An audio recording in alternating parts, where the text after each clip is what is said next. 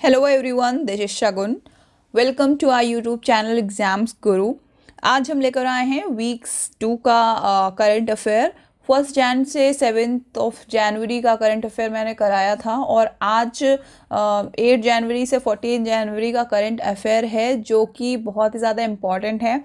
इसमें हर important news cover की गई है जो कि ना सिर्फ तुम्हारे किसी एक सिंगल एग्ज़ाम के लिए नहीं बल्कि हर एक एग्ज़ाम के लिए इम्पॉर्टेंट होने वाली है, चाहे वो यूपीएससी हो, रेलवे हो, बैंक हो, एसएससी हो, कोई भी एग्ज़ाम हो।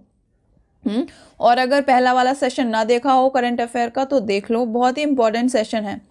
तो शुरू करते हैं आज की पहली खबर के साथ। Recently USA capitol riot are a news who is the new elected president of the USA. Question तो बहुत हल्का है लेकिन इसके पीछे का जो मुद्दा है ना वो बहुत भारी है। कौन नया प्रेसिडेंट इलेक्ट होने जा रहा है यूएसए में, तो उसका करेक्ट आंसर तो तुम सबको पता होगा, जो बाइडेन। और जिसको नहीं पता हो वो पता कर ले। अब ये यूएसए की कैपिटल में किस तरह के दंगे फसाद हो रहे हैं, क्या मामला क्या है। तो हुआ यूं कि अब यूएसए में सत्ता परिवर्तन होने जा रहा है। ट्रम्प जी की सरकार गिर रही है तो उनको जो नतीजे निकले हैं, जो रिजल्ट निकले हैं इलेक्शन के बाद, तो वो उन्हें बर्दाश्त नहीं हो रहे हैं। बेसिकली ट्रम्प को अपनी हार बर्दाश्त नहीं हो रही है और जिसके कारण मतलब उन्होंने कहा कि जनता के सामने आकर कहा कि भाई हम सहमत नहीं हैं, ये जो भी वोटिंग वगैरह हुई है हम इससे सहमत नहीं हैं, जिसके कारण उनके सपोर्टर्स सामने आए और संसद पे मतलब वहाँ की जो वाइट हाउस है, वहाँ की जो कांग्रेस है, जिसको मतलब जो हमारी यहाँ की पार्लियामेंट है तो वहाँ की संसद को कांग्रेस बोलते हैं, तो वहाँ पे दंगे फसाद करने शुरू कर दिए। किसने शुरू कर दिया? ट्रम्प के सपोर्टर ने, है ना। ट्रम्प को अपनी हार बर्दाश्त नहीं हो पा रही है बिल्कुल भी, और वो कुछ भी ऊल जलूल सोशल मीडिया पे लिख रहे हैं। मतलब कहने का मतलब अपने सपोर्टर्स को एक तरह से भड़का रहे हैं, है ना। तो इसी कारण उनका ट्विटर अकाउंट, इंस्टाग्राम अकाउंट, सब कुछ बैन कर दिया गया है। पता होगा तुम लोग, आजकल तो हर जगह सोशल मीडिया पे, न्यूज़ में, न्यूज़पेपर में, हर जगह ये चीज़ आ रही है। ट्विटर ने तो परमानेंटली बैन कर दिया है और इंस्टाग्राम ने कहा जब तक ये मामला ठंडा नहीं होता तब तक बेटा तुम बैन ही रहो, वरना तुम ऐसे ही भड़काओगे अपने सपोर्टर्स को और दंगे करवाओगे, है ना। बेचारे जो बिडेन है ना, बुड्ढे से हमारे, कहीं ऐसा ना हो कि तुम उनको भी साइड करवा दो। तो ये कुछ सीन चल रहा है यूएसए में। देखो 20 जनवरी तक क्या होता है, वो तो 20 जनवरी के बाद ही पता चलेगा। हम आगे बढ़ते हैं अपने दूसरे सवाल की तरफ। ये देखो, अकाउंट सस्पेंड कर दिया है ट्विटर ने, और ट्विटर यूएसए की कंपनी है। देखो भाई, इनमें इतनी ताकत है कि ये उसके ट्रम्प का अकाउंट उन्होंने बैन कर दिया। बहुत अच्छी बात है। नेक्स्ट क्वेश्चन है हमारा, as per the recent data which of the following Asian country is facing decreasing population problem. हाल ही के आंकड़ों के अनुसार निम्नलिखित में से कौन सा एशियाई देश घटती जनसंख्या समस्या का सामना कर रहा है? बताओ कौन सा। यहाँ पे बोला है एशियन कंट्री। एशियन कंट्री यानी कि हमारे जो एशिया कॉन्टिनेंट है, जहाँ पर इंडिया लाया करता है, चाइना है, इंडिया, चाइना, यहाँ पे हमारे म्यांमार, भूटान, नेपाल, बांग्लादेश, पाकिस्तान, है ना, और भी सारे जो देश हैं जो हमारे एशियन कॉन्टिनेंट में आते हैं। तो उनमें से बताना है तुम्हें कौन सा ऐसा एशियन कंट्री है, एशियाई देश है जिसकी जनसंख्या घट रही है। बताओ। चाइना का हो सकता है? भाई हो ही नहीं सकता है। इंडिया चाइना तो हो ही नहीं सकते। और यूएसए भी, यूएसए और साउथ कोरिया में तुक्का लगाओ। करेक्ट आंसर है भाई साहब इसका साउथ कोरिया, ऑप्शन नंबर 4। तो अब ऐसा हो क्यों रहा है, क्यों वहाँ पर जनसंख्या कम हो रही है? कई आंकड़ों के अनुसार ऐसा पता लगा है कि लिविंग कॉस्ट के कारण लोग बच्चे पैदा करने से डर रहे हैं, मतलब थोड़ा सा महंगाई के कारण। तो हाल ही में सरकार ने प्रयास क्या किया है, क्या मतलब उन्होंने, सरकार की तरफ से क्या कदम उठाया गया है कि भाई पॉपुलेशन को इंक्रीज़ किया जाए। तो सरकार ने जो वहाँ के जीवित बच्चे हैं उनके लिए 20 मिलियन वॉन, वॉन मतलब वहाँ की करेंसी है वॉन, तो 20 मिलियन वॉन देश के हर जीवित बच्चे को दी जाएगी, ऐसी उनकी प्लान है। और उन्होंने कहा है कि नया बच्चा पैदा होगा तो उसको उसके जीवन यापन के लिए 25,000 रुपये महीना देगी जो नया बच्चा पैदा होगा उसके जीवन यापन के लिए 25,000 महीने देंगे और 2030 तक 50,000 कर देंगे। तो देखो भाई, सोचो इतनी पॉपुलेशन डिक्रीज हो रही होगी तभी तो ये अपना खर्चा कर रहे हैं, वरना पॉपुलेशन बढ़ाने के लिए कौन खर्चा करता है? खुद ही सोचो, हमारे इंडिया चाइना को देख लो, यहाँ नहीं कभी होगा पॉपुलेशन बढ़ाने के लिए खर्चा। तो ये काम हो रहा है साउथ कोरिया में। और साउथ कोरिया का जो फर्टिलिटी रेट है, अब क्योंकि न्यूज़ में है तो क्या पता पूछ लिया जाए, प्रजनन दर साउथ कोरिया की है 0.98 बर्थ पर विमेन और इंडिया का तो भाई साहब 2.5 बर्थ पर विमेन चल रहा है अकॉर्डिंग टू 2018 डेटा। 2018 के आंकड़ों के हिसाब से है और अभी 2021 आ गया, अब तो भैया 2.5 से बहुत ही ज़्यादा ही होगा, तो ये याद रखना। नेक्स्ट क्वेश्चन है question number 3। The prime minister Modi inaugurated Rewari Madar section of western freight corridor between two state. प्रधानमंत्री मोदी ने दो राज्यों के बीच पश्चिमी फ्रेट कॉरिडोर के रेवाड़ी मदार खंड का उद्घाटन किया। तो भाई कहाँ से कहाँ तक है ये वेस्टर्न कॉरिडोर? ईस्टर्न कॉरिडोर भी है, वेस्टर्न कॉरिडोर भी है।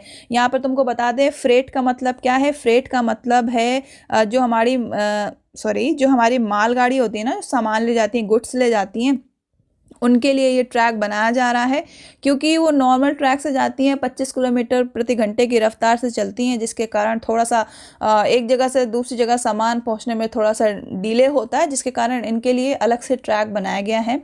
एक वेस्टर्न ट्रैक है, एक ईस्टर्न, मतलब वेस्ट साइड में वेस्टर्न और ईस्ट साइड पे ईस्टर्न। तो वेस्टर्न ट्रैक बनाया गया है यहाँ पर कहाँ से कहाँ तक। तो इसका करेक्ट आंसर है तुम्हारा राजस्थान से हरियाणा, यानी कि ऑप्शन नंबर 1। ये तुम्हारा जो क्या बोलते हैं रेवाड़ी है ये हरियाणा में है और जो मदार है ये राजस्थान में है। और ईस्टर्न, एक सेकेंड रुकना, ये तो तुम्हारी ये वो स्कीम है PM Modi to inaugurates 306 kilometre Rewari Madar section of western dedicated freight corridor है तुम्हारा।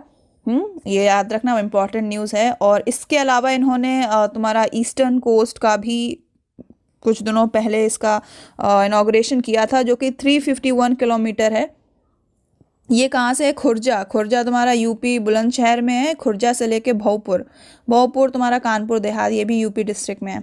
ठीक है, तो फिलहाल ये याद रखना क्योंकि ये करंट की ही न्यूज़ है, जो वेस्टर्न कॉरिडोर है ये कहाँ से लेकर कहाँ तक है।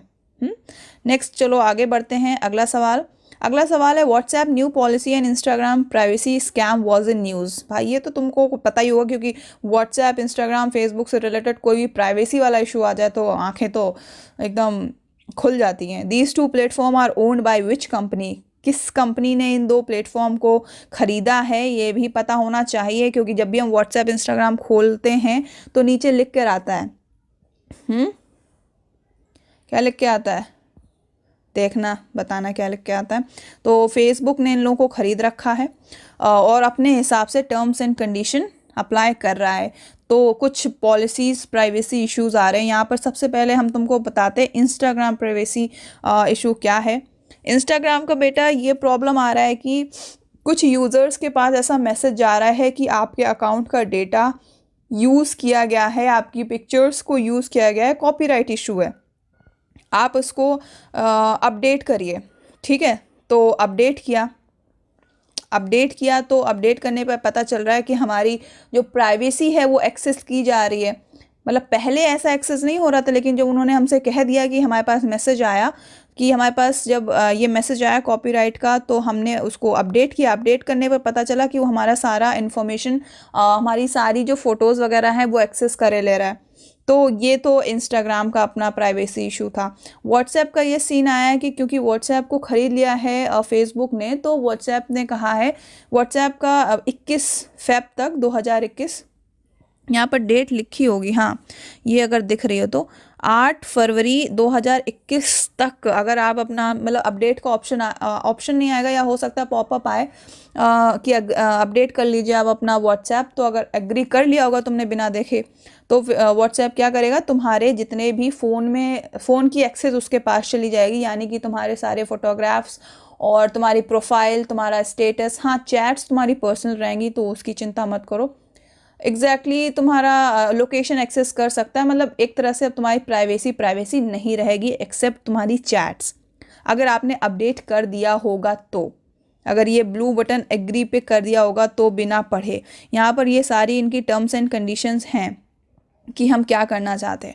और अगर आप जैसे नहीं अपडेट करना है तो उसके अलावा भी तुम्हें एक न्यूज़ आई थी, उनका एलॉन मस्क ने अपना सिग्नल ऐप निकाला था। अगर आगे न्यूज़ कवर होगी तो हम तुम्हें दिखाएंगे, है ना।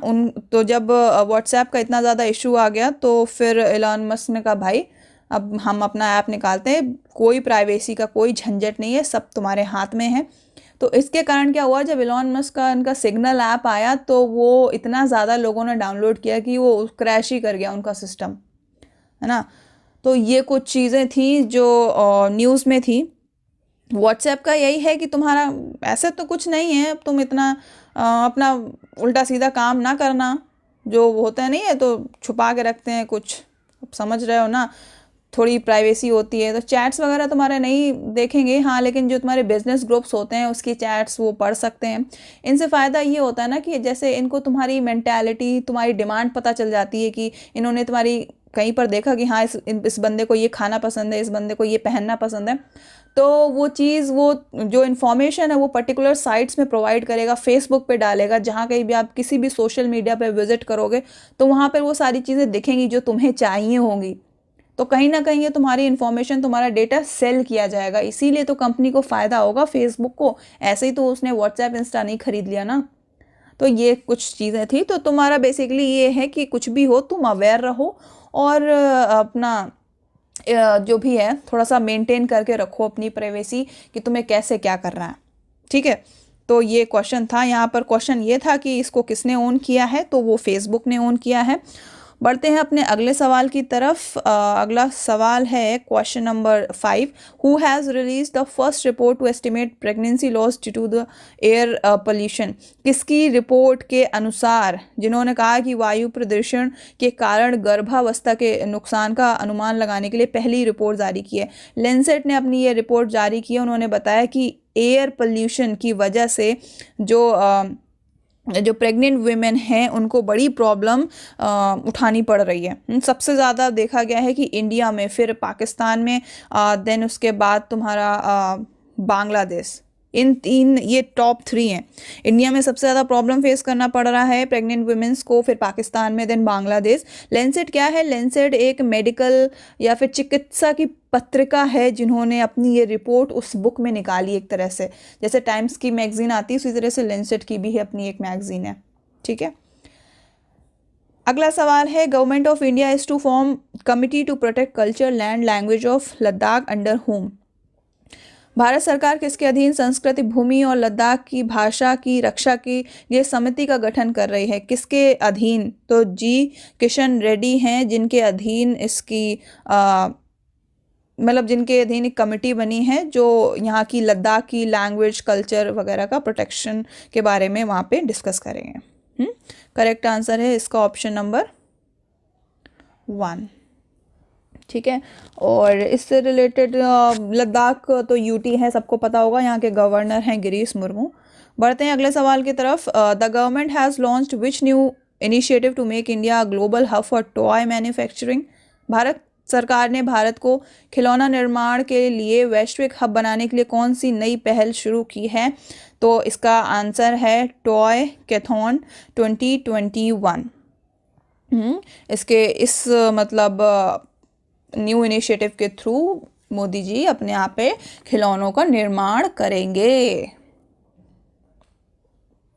आत्म भारत बन रहा है ना।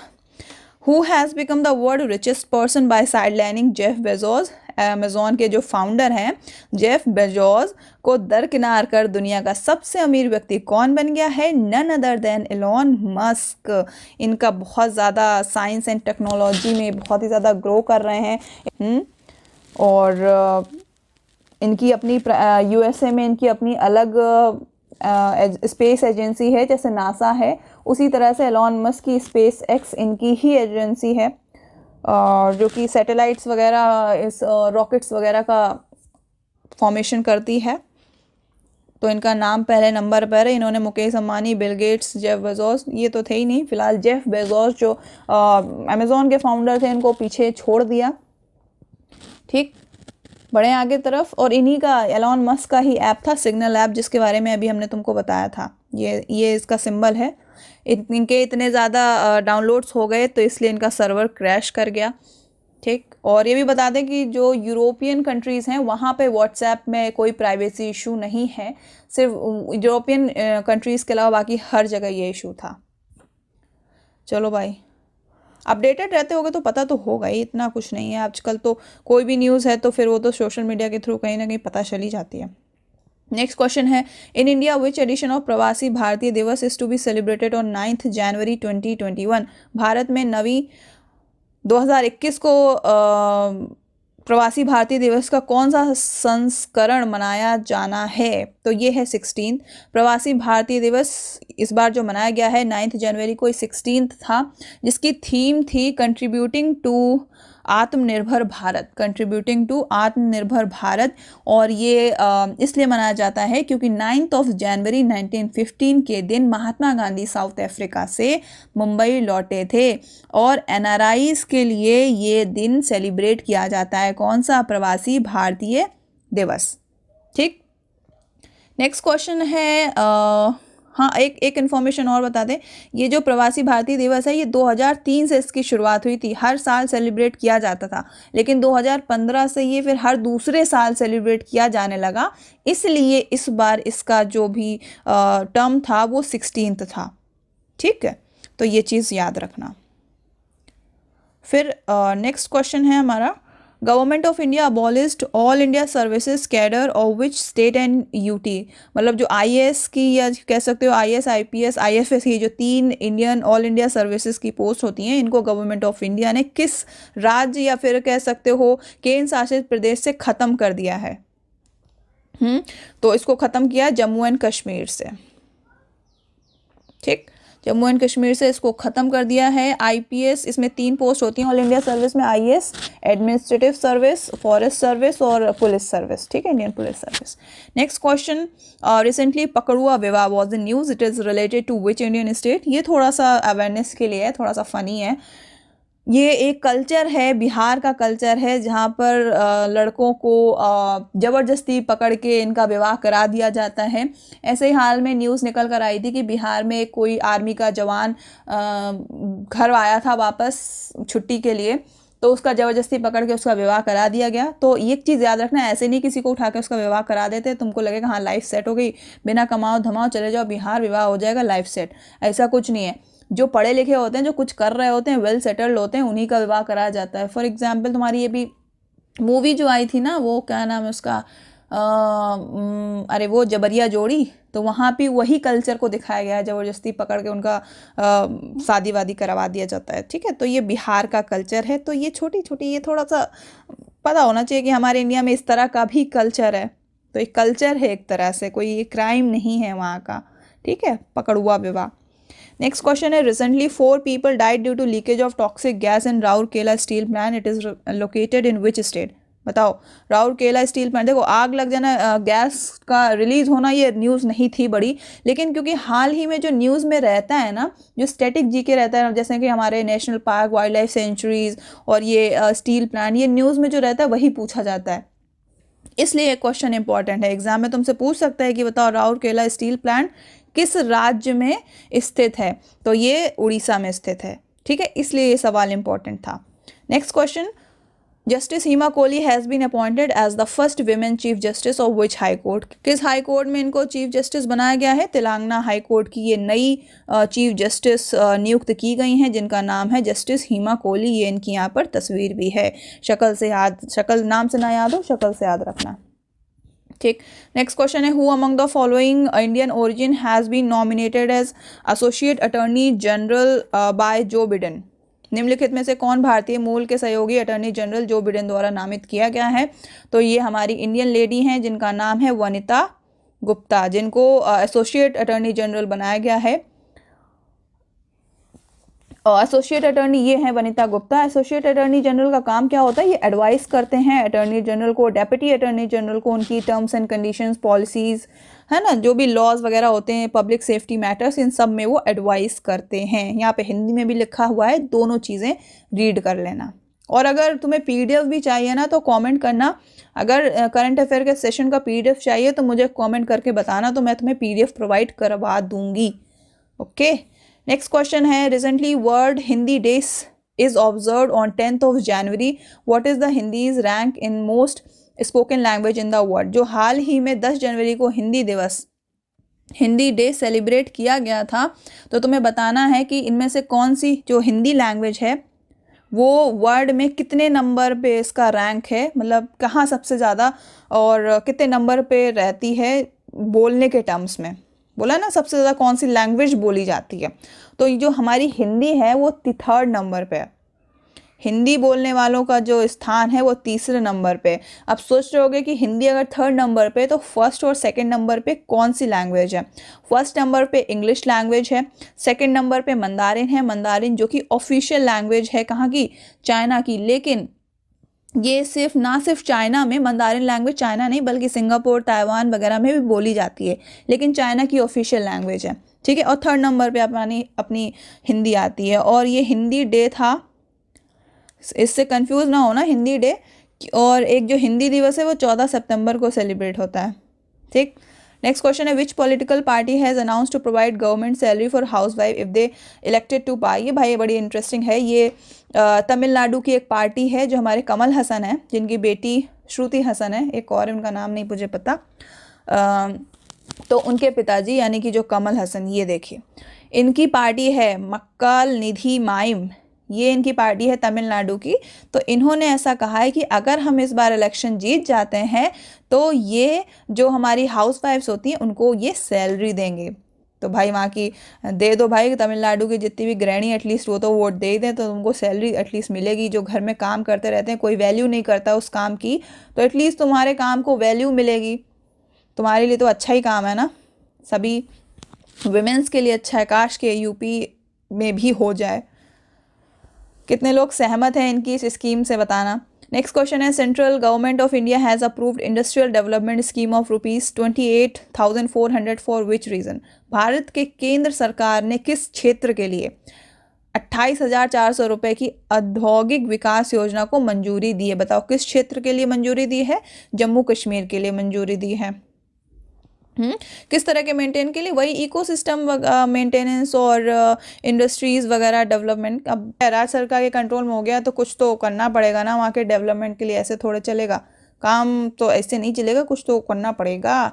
अगला सवाल है, the CM of which state has announced free 2 GB internet data card for college student. देखो भाई तमिलनाडु में इलेक्शन आने वाले हैं, तो वहाँ पर अब ऐसे ही स्कीम्स निकलेंगी, ऐसे ही घोषणा करी जाएंगी। तो ये तमिलनाडु में ही की गई है, 2 GB इंटरनेट उनको दिया जाएगा जो सरकारी स्कूल के बच्चे हैं, गवर्नमेंट स्कूल के बच्चे हैं, उनके लिए बात की जा रही है।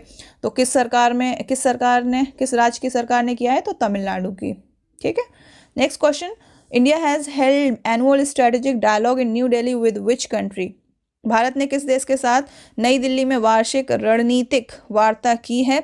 तो फ्रांस के साथ की है। क्यों की है? काउंटर टेररिज्म के लिए, जो इंडो पैसिफिक क्षेत्र में होने वाले जो भी काउंटर टेररिज्म है, जो टेररिज्म है उनको कैसे काउंटर करना, उनमें कैसे रोक लगानी। इंडो पैसिफिक एरिया यानी कि जो हमारा इंडियन ओशन है और वो जो हमारा पैसिफिक ओशन, हमारा नहीं है, जो पैसिफिक ओशन का इलाका है वहाँ पर, जहाँ पे वियतनाम वगैरह है, तो वहाँ तक अपनी पकड़ कैसे बनानी है, टेररिज्म को कैसे काउंटर करना है, इसके लिए भारत सरकार ने फ्रांस से वार्तालाप की है। कहाँ की है? न्यू दिल्ली में।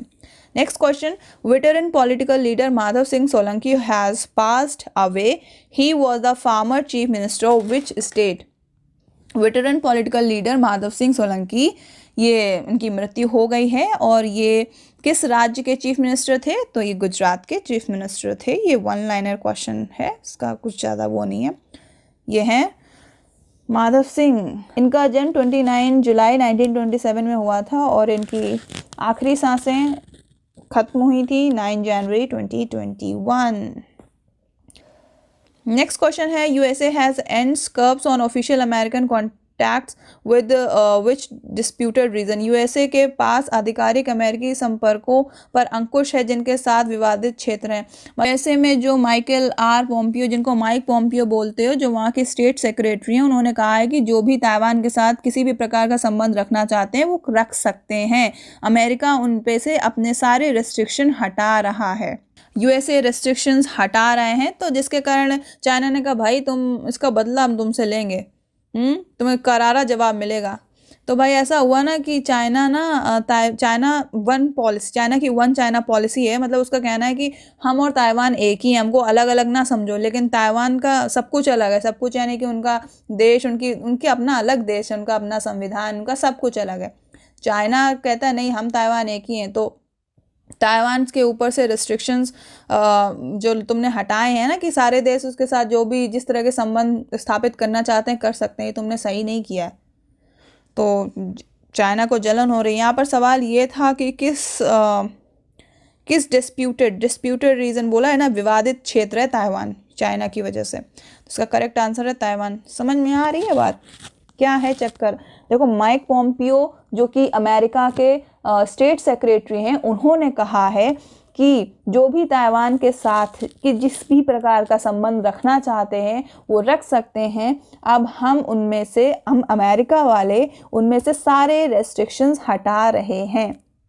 अरे अमेरिका पावरफुल है ना, तो वो रेस्ट्रिक्शन लगा देता है कि भाई इस कंट्री के साथ व्यापार करोगे तो तुम्हें ये नहीं करने देंगे, तुम्हें हमारी तरफ से कोई मदद नहीं मिलेगी, ये है वो। तो इस तरह के कुछ रेस्ट्रिक्शंस थे जो कि अब उसने वापस ले लिए हैं, जिसके कारण चाइना को लगता है कि भाई अगर ताइवान के साथ सब लोग ऐसे व्यापारिक संबंध अपने बढ़ा लेंगे तो ताइवान को इम्पोर्टेंस ज़्यादा मिलने लगेगी, क्योंकि उसको अलग माना, सारे देश उसको अलग ही कंसीडर करते हैं, लेकिन चाइना उसको एक ही कंसीडर करता है। चाइना कहता है हम और ताइवान एक ही हैं, वन चाइना पॉलिसी है, लेकिन ताइवान अपने आप को अलग देश मानता है। तो ये कारण है। ठीक है, समझ गए बात? चलो भाई बहुत हुआ। ये है माइकल पोम्पियो, इनको माइक पोम्पियो बोलते हैं, इनका निकनेम है माइक पोम्पियो, इनका Michael R Pompeo exact name है। 70th यूएस सेक्रेटरी हैं, सेक्रेटरी ऑफ स्टेट हैं। ठीक, नेक्स्ट क्वेश्चन है, prime minister Modi is to address national youth parliament on 12 Jan। Modi ji ने नेशनल यूथ पार्लियामेंट 12 जनवरी को एड्रेस किया था। It is organise to commemorate birth anniversary of whom. किसकी जयंती मनाने के लिए आयोजित किया जाता है? तो स्वामी विवेकानंद जी की जयंती को मनाने के लिए इसको आयोजित किया जाता है।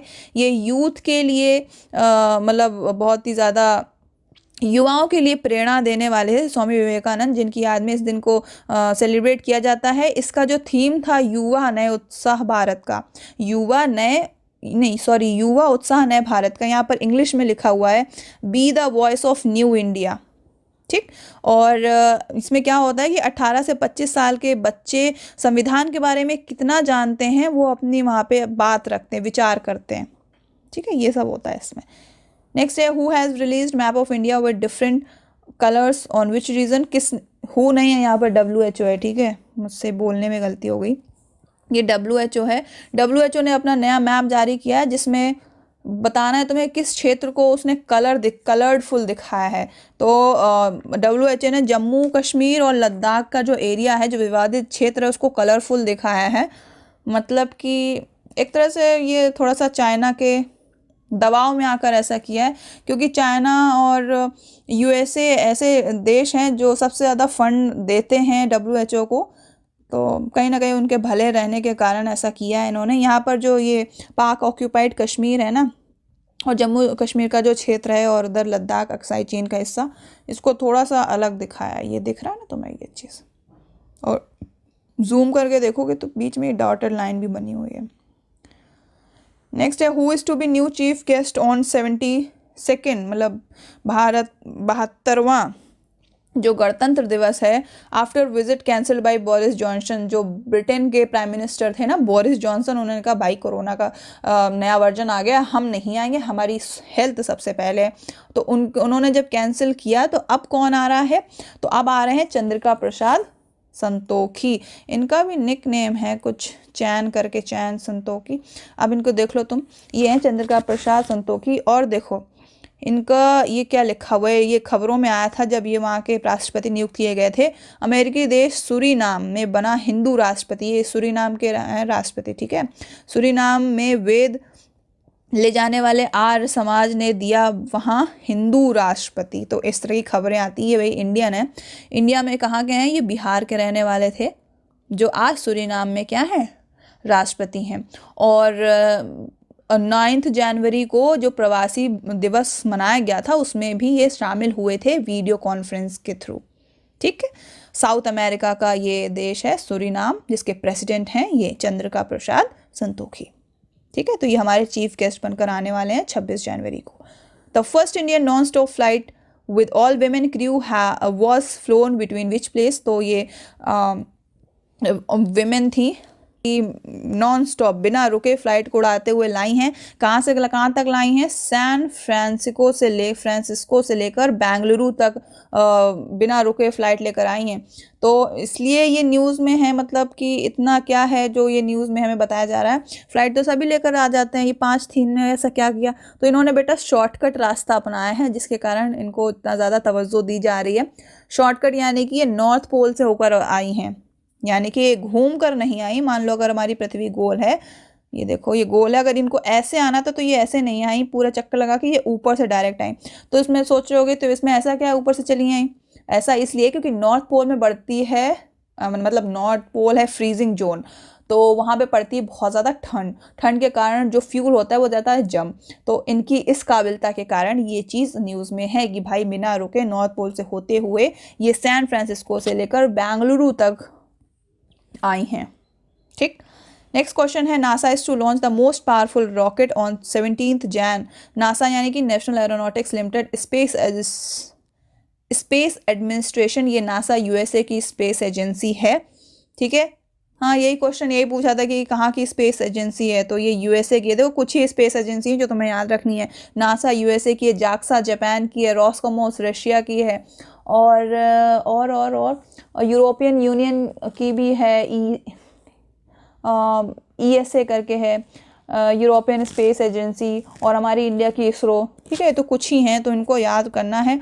और ये द मोस्ट पावरफुल रॉकेट, भाई इसमें ऐसा क्या खास है, तो जैसे सभी रॉकेट होते हैं ये उनसे थोड़ा सा अलग है। क्यों अलग है, क्योंकि जो इसकी स्पीड है वो 17,000 माइल पर आवर है। इसकी कैपेसिटी है ले जाने की, सामान ले जाने की, जो सामान कहाँ भर के ले जाता है, ये ऊपर इसके पेलोड रखा होता है, इसमें ये सामान ले जाता है। वो कुछ भी हो सकता है, सैटेलाइट भी हो सकती है, किसी भी तरह का सामान हो सकता है। तो ये इसकी जो कैपेसिटी है सामान ले जाने की वो है 24,000 किलो, ठीक है, या फिर 24 टन।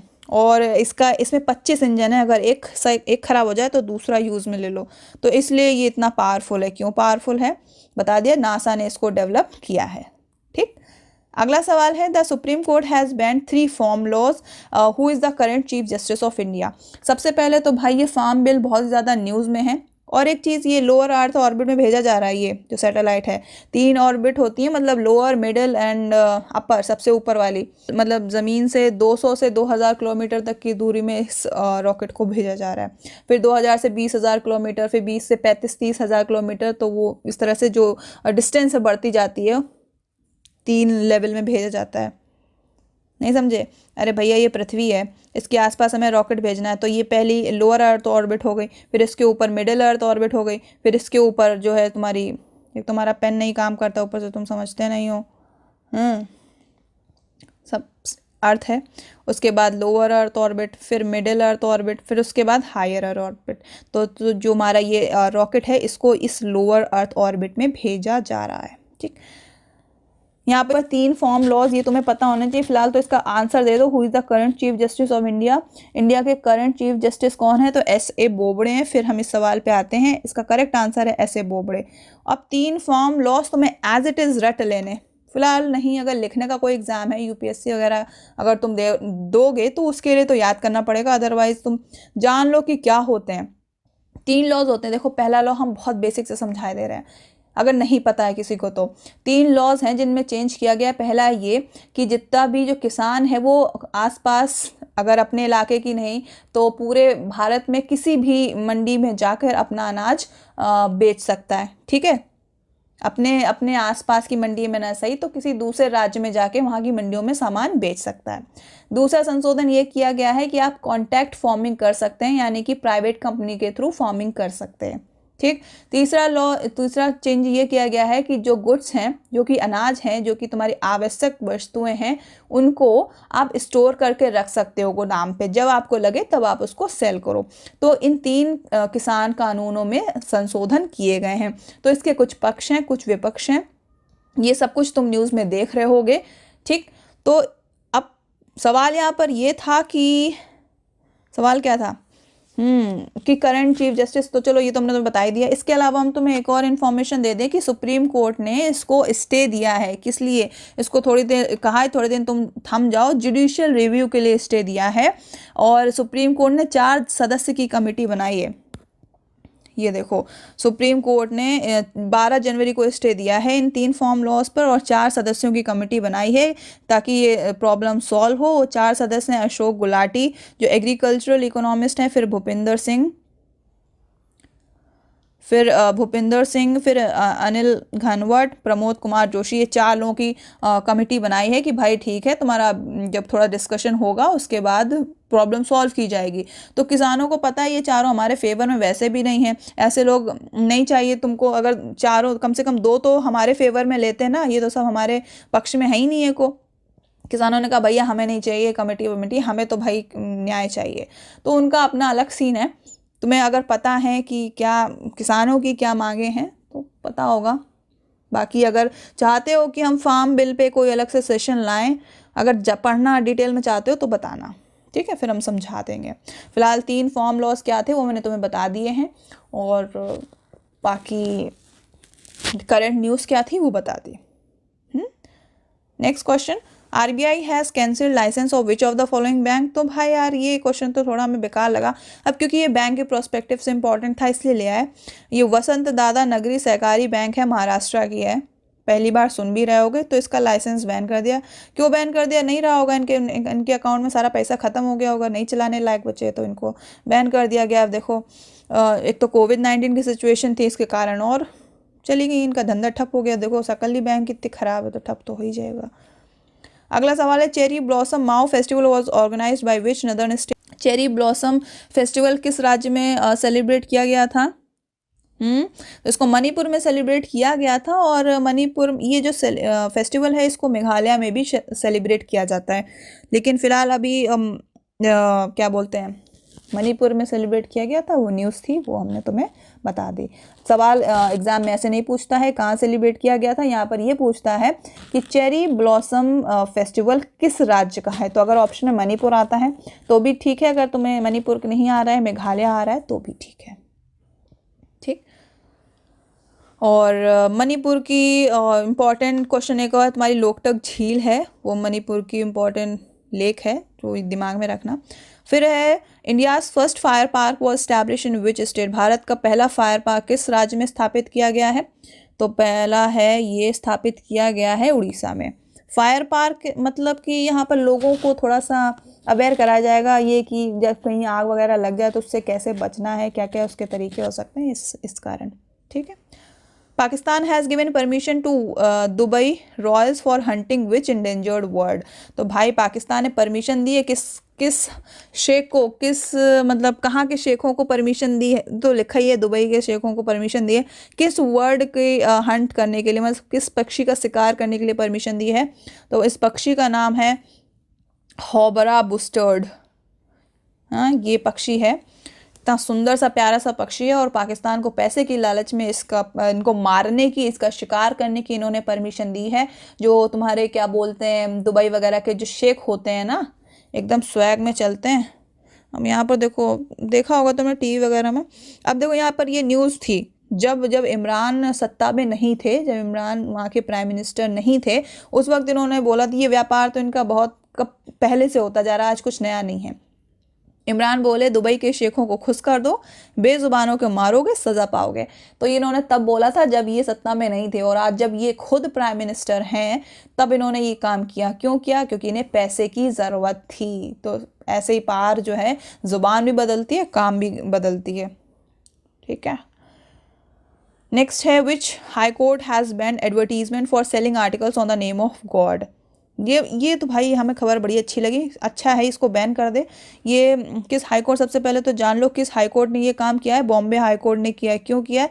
अगर तुम्हें याद हो तो, अगर सुबह सुबह उठते हो, अगर टीवी खोल देते हो तो भगवान के नाम में उल्लू बना देते हैं ना कि भैया ये वाली अंगूठी पहनो और ये वाला मंत्र करो और ये वाली तस्वीर खरीदो, मतलब भगवान की ये वाली मूर्ति रखो, ये जाप करो, वो जाप करो, ये पहनो, वो पहनो, तो आपके सारे जो सुख हैं वो, मतलब सारे दुख दूर हो जाएंगे, सब सुख की प्राप्ति होगी, ये हो जाएगा, वो हो जाएगा है। तो इस तरह के जो भगवान के नाम पे जो खिलवाड़ कर रहे हैं टीवी वाले, अपना सामान बेच रहे हैं, इन पर सुप्रीम कोर्ट ने बैन लगाया है। कहाँ के, किस उच्च न्यायालय ने भगवान के नाम पर लेख बेचने के विज्ञापन पर प्रतिबंध लगा दिया है? तो वो है बॉम्बे हाई कोर्ट। ये बहुत अच्छा काम किया है इन्होंने, बहुत उल्लू बना रहे थे ये। विच of the following encounter conducted by the army was in news. कौन सा भैया वो इनकाउंटर है जो न्यूज़ में है? तो ये है इनकाउंटर सोफियन इनकाउंटर। ये कौन सा इनकाउंटर है? तो सोफिया एक जगह है, सोफिया जगह है कहाँ पर? वहीं तुम्हारी कश्मीर, जम्मू कश्मीर में है। तो वहाँ पर क्या हुआ कि आफ्सा, हमने पिछली सेशन में आफ्सा बताया था, मतलब आफ्सा एक्ट जो नागालैंड में लगा, जिसके तहत आर्मी को ये मतलब कि स्वतंत्रता होती है कि वो किसी की भी जांच कर सकते हैं, किसी को भी पकड़ सकते हैं, है ना, शक के आधार पर। तो उन्हीं के कहने पर पुलिस वालों को लगा कि ये टेररिस्ट है, जिसके कारण ना उन्होंने उस वहाँ के जो लड़के थे, मतलब सोफिया में जो लड़के थे, उनको इन्होंने मार दिया। 3 फर्जी इनकाउंटर किए थे। किसने? कैप्टन भूपिंदर सिंह, आतंकवादी समझकर किए थे। उनको ये नहीं पता था कि ये मतलब बेगुनाह है, ठीक है। तो ये था वहाँ पे, न्यूज़ में था ये। ऐसे नहीं कोई इनकाउंटर कर देगा, है ना। फिर अगला सवाल है which country has stopped in the recently released Henley passport index 2021। Passport के मामले में कौन से देश ने अव्वल दर्जा प्राप्त किया है? तो वो है जापान। जापान का अपना जो पासपोर्ट धारक है, मतलब कि पासपोर्ट धारक द्वारा कितनी जगह पर एंट्री की जाती है ना, उसके आधार पर ये पासपोर्ट को वो मिलता है, दर्जा मिलता है। तो जापान का पासपोर्ट सबसे ज़्यादा जगह पे एंट्री मारी होगी, इसके पासपोर्ट ने सबसे ज़्यादा लोग इससे ट्रैवल किए होंगे इस वजह से। और इंडिया की रैंक अगर देखे जाए पासपोर्ट के मामले में तो 85th है, अमेरिका की 7th रैंक है, ठीक। नेक्स्ट इसका आंसर है जापान। नेक्स्ट क्वेश्चन, आज का आखिरी सवाल है the government of India has signed MOU with which country for scientific and technical cooperation. Bharat सरकार ने किस देश के साथ वैज्ञानिक और तकनीकी सहयोग के लिए समझौता ज्ञापन पर हस्ताक्षर किए हैं? बताओ किस कंट्री के साथ साइंटिफिक और टेक्निकल कोऑपरेशन के लिए MOU साइन किया है? तो यूनाइटेड अरब एमिरेट्स, जहाँ के शेख ने पाकिस्तान के बुस्टर्ड नामक पक्षी के शिकार के लिए परमिशन ले ली है, क्योंकि पाकिस्तान को है पैसे की ज़रूरत। तो ये आज का आखिरी सवाल था। उम्मीद करते हैं आज का सेशन पसंद आया होगा, और अगर अच्छा लगा हो तो लाइक कर दो, और नेक्स्ट करंट अफेयर का शो देखना हो तो चैनल को सब्सक्राइब कर दो, बेल आइकन भी प्रेस कर दो, ठीक है। तो अंत तक देखने के लिए शुक्रिया। Thank you, good bye.